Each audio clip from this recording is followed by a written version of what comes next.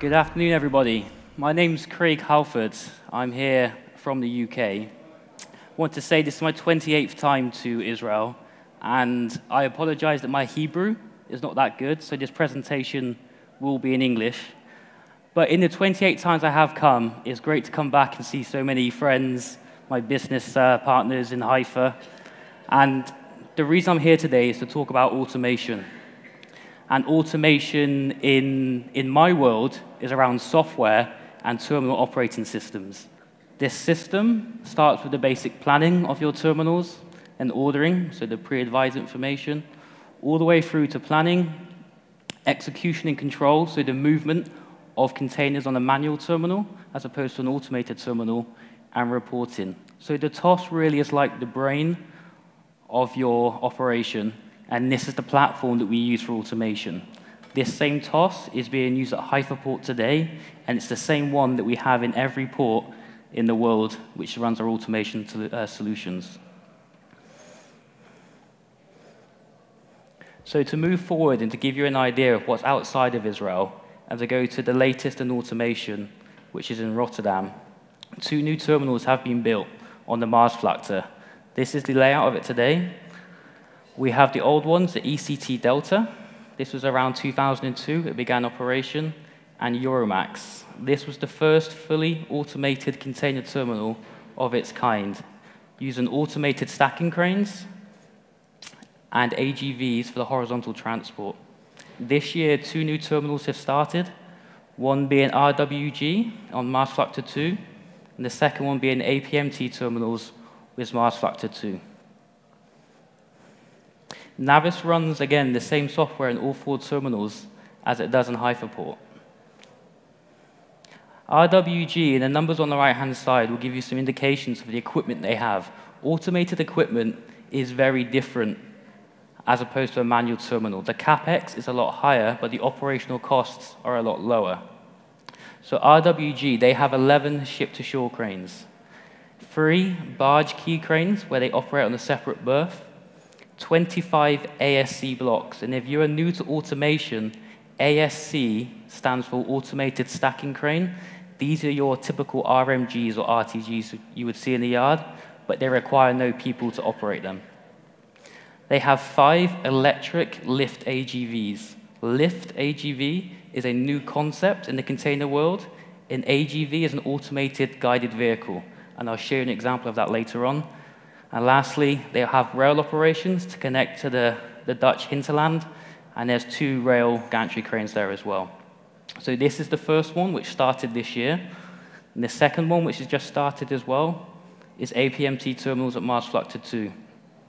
In contrast, they have 8 ship-to-shore key cranes, 3 barge key cranes, 27 ASC blocks, and 62 electric lift AGVs as well, and 2 rail gantry cranes. But to give you an idea of what these terminals do, they are very different to what we see in a traditional terminal. So I have a short emulation video to show you.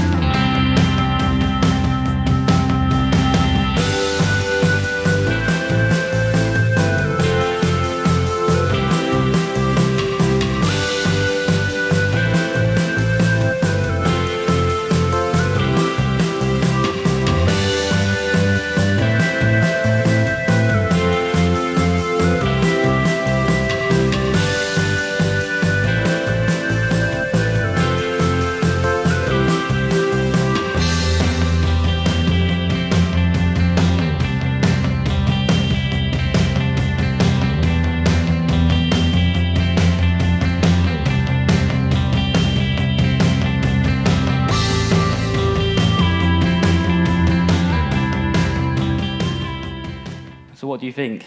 Is that the future of containerization? It's started to go that way. In Rotterdam, we've already seen it in many terminals. We're starting to see it in Abu Dhabi, parts of China, even on the west coast of the United States. These types of solutions are starting. So to give you an idea of what automated equipment is, if we take a traditional key or traditional terminal with our standard stack, running a normal key side and the LAN side, we typically see manned RTGs, or RMGs in the case of terminals over here. We'd have manned trucks or terminal tractors, or occasionally straddle carriers. And on the, obviously, key side, we have a single trolley STS. And the single trolley is the important part here when you look at automation. On the gate side, we have a standard gate solution where the truck arrives at the terminal and gets serviced by the RTGs. When we turn to automation, that changes. We see the stacking cranes become the ASCs, the automated stacking equipment. This has changed. There are exceptions to that rule with automated RMGs as well. On top of that, we look at the land side or the water side cycle. AGVs is the standard today in automation, and that's what we see in Rotterdam, the automated guided vehicle. This is simply a truck that has no cabin and drives around. Autostrad is like a mini RTG which drives around the yard and can pick up a container and drop it off without the aid of another piece of equipment, unlike a truck. And thirdly is the new concept of a lift AGV, which is a hybrid between your AGV and your autostrad. But where it really comes into its own is on the key side. In here, we see remote STS, so the ability to operate the key crane, but sat in your office, or maybe at home in your computer lab, but also dual trolleys. So this is the ability to split up your water cycle. One trolley used for the lift on and off to a platform in a vessel, and the second trolley to be used from the platform onto the key side. And this splits up the operation, allowing the cranes to get more productivity. And then on the gate side, we see the introductions of technologies such as OCR or RFID. This is to automatically update the system with details of the containers as they come through. So we're looking at the automated terminal and the paperless terminal. So to give you an example of this new concept, this Lift AGV, I'm going to show you a short video and just talk you through it. But what they're trying to do here, and there should be a little bit of sound for this one as well, this is the same as a terminal tractor you would see at any normal terminal. They're electrified, so they have batteries and they can self-service one another. The concept is that the truck can come in, it lifts up the container onto the rack, and the truck can depart. The advantage of this is it's decoupled, so no longer does the truck have to wait for the ASC, or does it have to wait for the key crane. It can leave the containers already in position.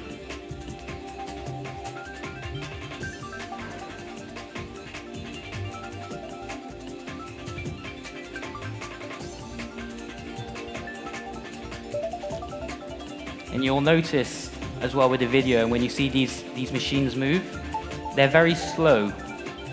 Now, people say that's a bad thing. Automation should be quicker.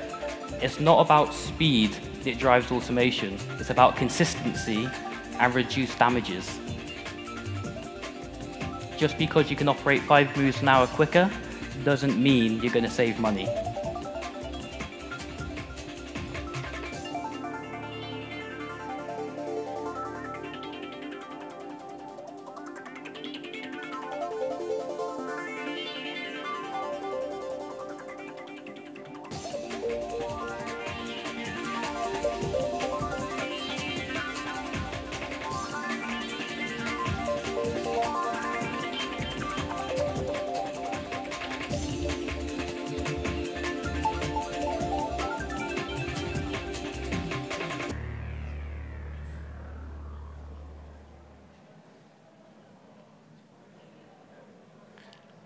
Okay, so that's on the water side. So if we now look at the land side and move across to the gate interaction, I'll show you a video of a proper life cycle of a truck visiting Mars Factor 2, and I'll talk you through the process of how this is different to maybe a manual terminal that you may be used to today.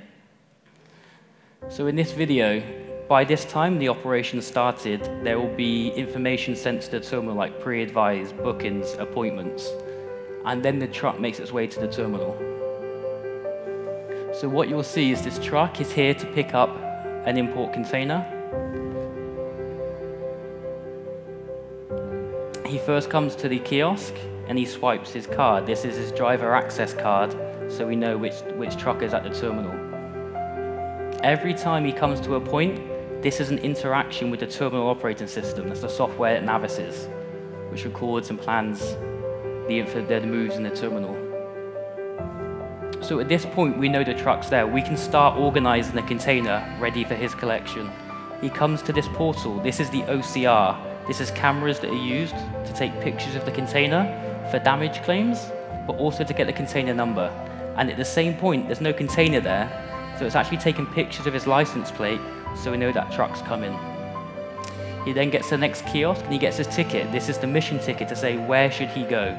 This is very similar in a manual terminal, but notice not one person's spoken to this driver yet. The guy you saw there is the exception clerk. He sits in the back office. He now speaks to the drivers through the telecommunications that are built into the kiosk. He handles maybe 10 booths instead of just one at a time. The truck gets to the ASC, he parks up and reverses in. Now that he's there, he has to get out of the car and he has to hold this button. This button ensures the driver's not in the cabin when the automated crane comes across. So the crane's now being driven by the Navis software to get there. It will come down to a safe height, maybe 2 meters above the truck. At this point, it goes back to the controller for health and safety. He now slowly maneuvers that onto the truck. Once it's there, he unlocks the twist locks and the computers take over again. So this guy is able to increase his utilization on the land side.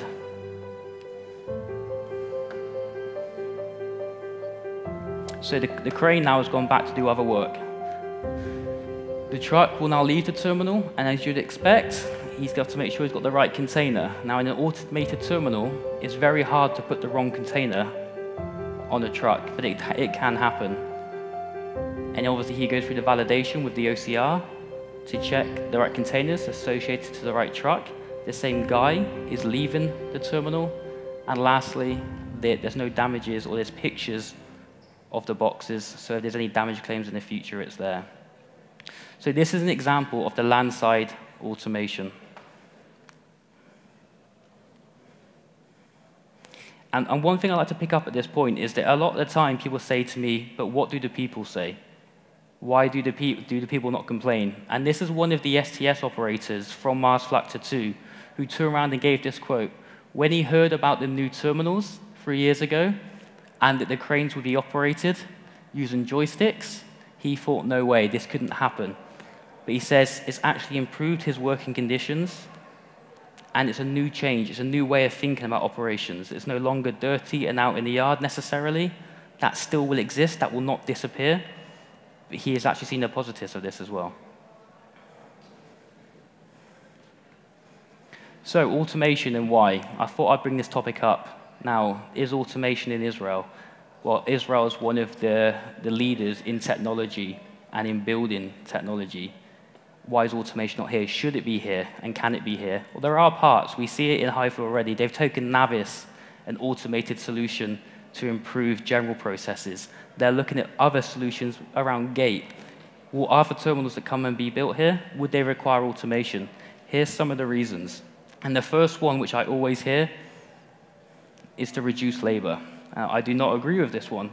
Firstly, whenever you ask that question, the reduction of labor is a first-year saving only. The real reasons to automate is consistency. Machines tend to reduce the wear and tear on the lift and sets of containers. Secondly, yard density. With an automated stacking cranes, you can stack higher, you can stack wider, and your land space is used much more effectively. Unfortunately, my Navis sign's in the way, but this one refers to safety. One of the biggest reasons to move into automation is to protect your workforce, to remove them from the dangerous parts which happen in container terminals. I travel to Africa a lot, and you wouldn't believe some of the stuff that you see in those terminals, automation is primarily there for safety as well, and it's one of APM's biggest drivers. And lastly, the collection of data. With more sensors on the terminal, there's the ability to understand your world more, the ability to optimize further, to look for ways to improve. And I want to pick up on this quote as well, which is from Maersk Line, which is to utilize the new vessels that are coming. The vessels are getting bigger. They're not going to change. We saw that in the very first video that I had. We need to do something different. Automation is the way to get to that next level, to move in to be able to handle the 6,000 containers in 24 hours. And then lastly, this slide is from TBA. They're a company based in Holland which do consultancy for the container market. And they've said, what's the difference between manual and automated? And why would you invest in that? And what are the numbers to the operator? So we start with the RTG, which is a standard operation, all the way through the different levels of automation. So this is cantilever with manual terminal tractors, ASC with automatic shuttle carriers, and ASCs with lift AGVs. And to point out to you, the one thing is safety, which changes dramatically. The CapEx will increase, especially if you're a brownfield terminal and not a greenfield terminal. But the OpEx and the energy savings obviously do reduce over time. So lastly, automation today. Where is the world and where will it be going tomorrow? Well, today, what Navis has seen, ECT Euromax, London Gateway, Long Beach on the West Coast, Virginia in Central America, Brisbane, Abu Dhabi, RWG, Antwerp, which has actually been there for quite a long time, which people forget about. That's a mix between manual and automated. And finally, Maasvlakte 2. And what has Navis seen in these terminals? It's a mixture between different types of automated equipment. The one thing that we do know is that every time we've done automation, it's been unique, and there's never been any standards. But if you guys are looking at any form of automation, whether it's equipment, process, or just general reporting, come to Navis, we can talk about the requirements. We most likely have a solution for you today already. And tomorrow, where are we going? Well, Amazon, the big distributor, believes that this is the future. Would this ever happen in the container terminals? Are we going to see flying spreaders? I'm not so sure about that. We asked Sandra, a 14-year-old girl, to draw a picture, and this is what she drew. I found it quite interesting, but I don't believe that magnets to pick up containers is going to be the future. But what we do know is that automation is starting to be adopted worldwide, and it is coming along, so we need to adapt and have the solutions ready. So with that, I'd like to say thank you very much for having me here in Israel today. It's been an honor to speak to everybody. If you'd like to speak to me, I'll be at Halford's booth in the conference, and I'm here for any questions. Would people like to ask questions now?